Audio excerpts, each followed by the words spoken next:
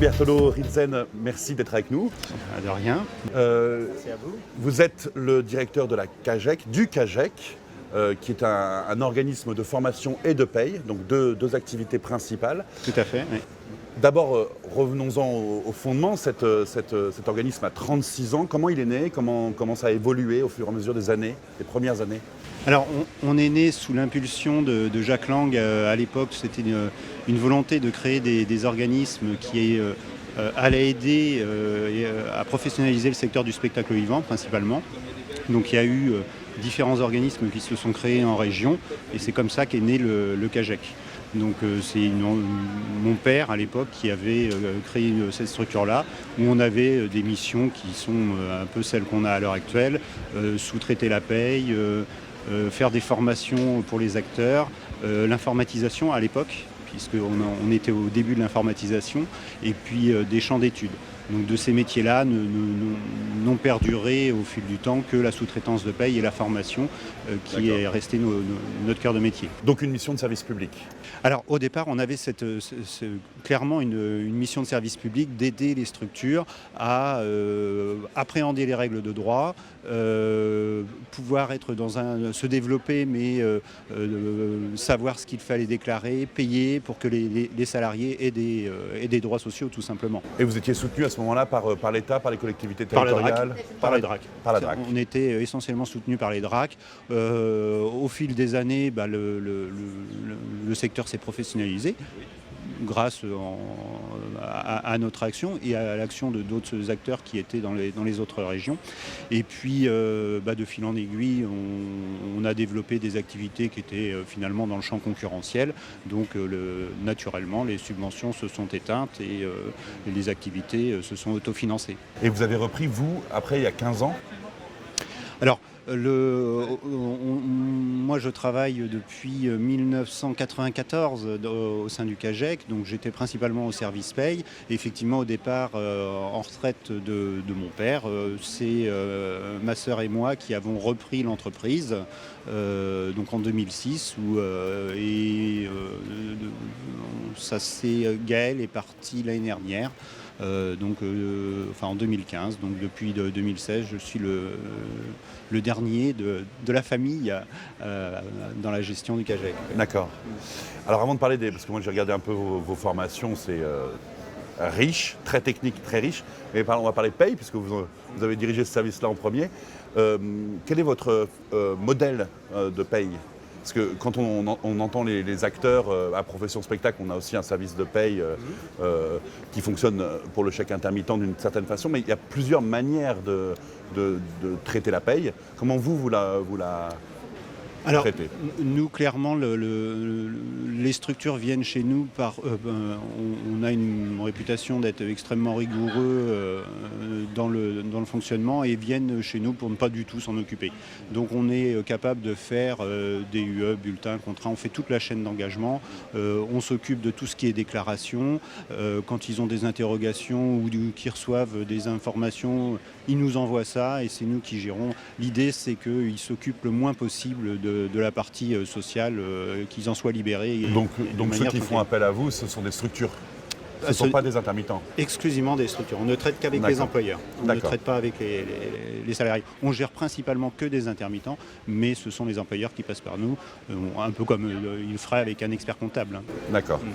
D'accord. Donc ils externalisent totalement. C'est de l'externalisation classique. Et par rapport aux formations, alors que vous proposez, j'ai vu qu'il y avait deux grands pôles.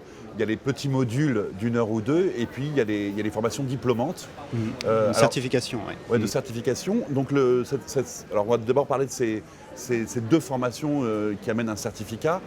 Comment les avez-vous pensées et qu'est-ce qu'elles proposent? Alors, on est qualifié au PQF, qui est l'organisme certificateur de la FFP, de la Fédération de la formation professionnelle. Dans ce cadre-là, on peut proposer des modules de certification qui sont sur la paye, un module de 3 semaines qui est extrêmement riche et dense. En général, les participants sortent un peu rincés, il faut quand même le reconnaître. Mais l'idée, c'est clairement, même quelqu'un qui n'a jamais fait de paye, à l'issue, il est capable de faire de la paye d'intermittent et de comprendre tous les méandres de ce qu'il aura à traiter derrière, que ce soit avec n'importe quel logiciel. C'est vraiment de comprendre la mécanique de paye. D'accord. Et sur le certificat comptabilité, c'est d'apprendre les bases de la comptabilité de la même manière. Alors, comme c'est des formations certifiantes, à l'issue de chaque en dernière journée, il y a un examen sur lequel, si on n'a pas la moyenne, on n'a pas le certificat, tout simplement. Donc c'est toujours un moment un peu stressant pour les participants, mais C'est pas curieux de faire à la fois de proposer une externalisation de la paye et de proposer de former des personnes pour l'interne? Non, on n'a pas vocation à accueillir tout le marché. D'ailleurs, il y a beaucoup d'autres acteurs et donc il faut que aussi les personnes puissent faire la paye en autonomie ou parfois même comprendre ce qu'elles font en termes de paye, même si elles sous-traitent pour faire du contrôle de gestion. Donc non, il n'y a aucune incompatibilité à ça. Et alors après, il y a la formule plus souple des modules de 1 à 2 jours. Et alors là, c'est impressionnant le nombre de thématiques que vous traitez. Alors toutes les thématiques sont techniques de ce point de vue-là, elles sont réunies dans un pôle très précis, mais en même temps vous traitez non seulement la paye, mais aussi la sécurité, comment on rémunère dans le secteur culturel, les conventions collectives, enfin il y a un certain nombre de... Alors notre chance, c'est sur ce champ-là qu'on a toujours été extrêmement performant, c'est les thématiques juridiques, donc on s'adresse principalement à des administrateurs ou des personnes qui sont dans l'administration, directeurs de structure ou directrices ou des personnes dans l'administration pour leur apporter cet apport technique. C'est vrai qu'on a une philosophie, nous, on est extrêmement rigoureux dans les formations. On ne fait appel, quand ce n'est pas nous qui intervenons directement, on fait appel à des formateurs qui sont des directrices ou des directeurs de structure en place depuis plusieurs années, qui ont une expertise et on a une vraie vocation de faire des formations qui soient utiles. C'est-à-dire qu'on n'est pas là pour faire de la formation initiale, on fait de la formation professionnelle. Les personnes qui viennent chez nous sont à 95% des salariés qui, à l'issue, ont des réponses à leurs questions ou des méthodologies pour que ce soit directement applicable. C'est ça, ce sont des salariés qui viennent vous voir. Oui, ça pourrait pas être un intermittent qui, voulant connaître un peu plus les conventions collectives, par exemple, comment elles fonctionnent, Ça peut arriver. Moi, je fais par exemple une thématique sur le droit des intermittents qui explique tout le fonctionnement de l'intermittence, mais au titre de l'intermittent, comment on devient intermittent, comment se calcule le régime de l'intermittence. Ça me permet d'avoir ce biais d'entrée pour montrer aux employeurs les questionnements qu'ont les intermittents et comment y répondre, et surtout ce qu'il faut faire et ne pas faire, pour éviter d'être taxé de travail illégal.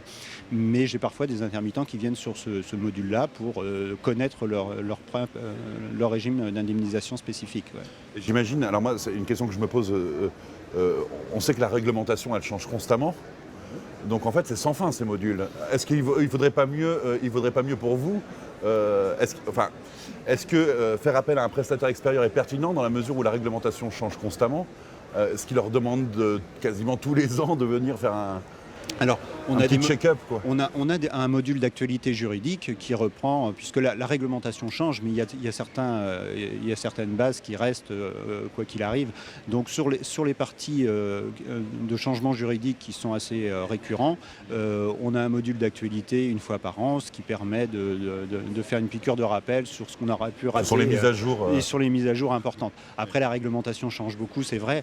Bon, elle n'est pas révolutionnée tous les ans non plus. Donc il y a quand même des choses qui restent. Et est-ce que vous avez vu des problématiques émerger là récemment que vous ne traitiez pas du tout avant et vous avez dû, avec le CAGEC, affronter? Oui, c'est arrivé qu'il y ait eu... alors soit ça s'intègre déjà dans des thématiques et on les intègre. Ça a été le cas par exemple dans le droit des intermittents il y a 1 an ou 2 avec les droits rechargeables. Il y a eu beaucoup de questionnements ou d'interrogations des structures. Et donc moi à l'intérieur de mon module du droit des intermittents, j'ai intégré la partie des droits rechargeables. En gros les grandes thématiques ne changent pas, mais il y a une actualisation permanente avec l'actualité, tout à fait. Il y a des sous-dossiers qui naissent en fonction du ministre du moment, de la réglementation du moment. Et dernière question que j'avais là, c'est toutes vos formations sont concentrées à Paris et à Nantes. Tout à fait. Pourquoi Et est-ce que vous vous déplacez ailleurs? Alors, on se déplace ailleurs, mais exclusivement dans le cas d'Intra. C'est des structures qui font appel à nous, donc ça nous arrive assez régulièrement, où elles nous font venir directement dans leur structure. Et on fait 4, 5, 6, 10, 14 parfois des collaborateurs d'un coup sur une thématique. Donc ça va de très grosses structures comme Canal+, Radio France, à des compagnies ou des lieux, des scènes nationales. Enfin, ça nous arrive. Mais sur tout ce qui est inter, on reste effectivement centré à Nantes puisqu'on est nantais de base et à Paris puisque c'est là où c'est le plus accessible pour l'ensemble des structures. On reste un pays centralisé. Malheureusement. Merci beaucoup. C'est moi. Merci beaucoup.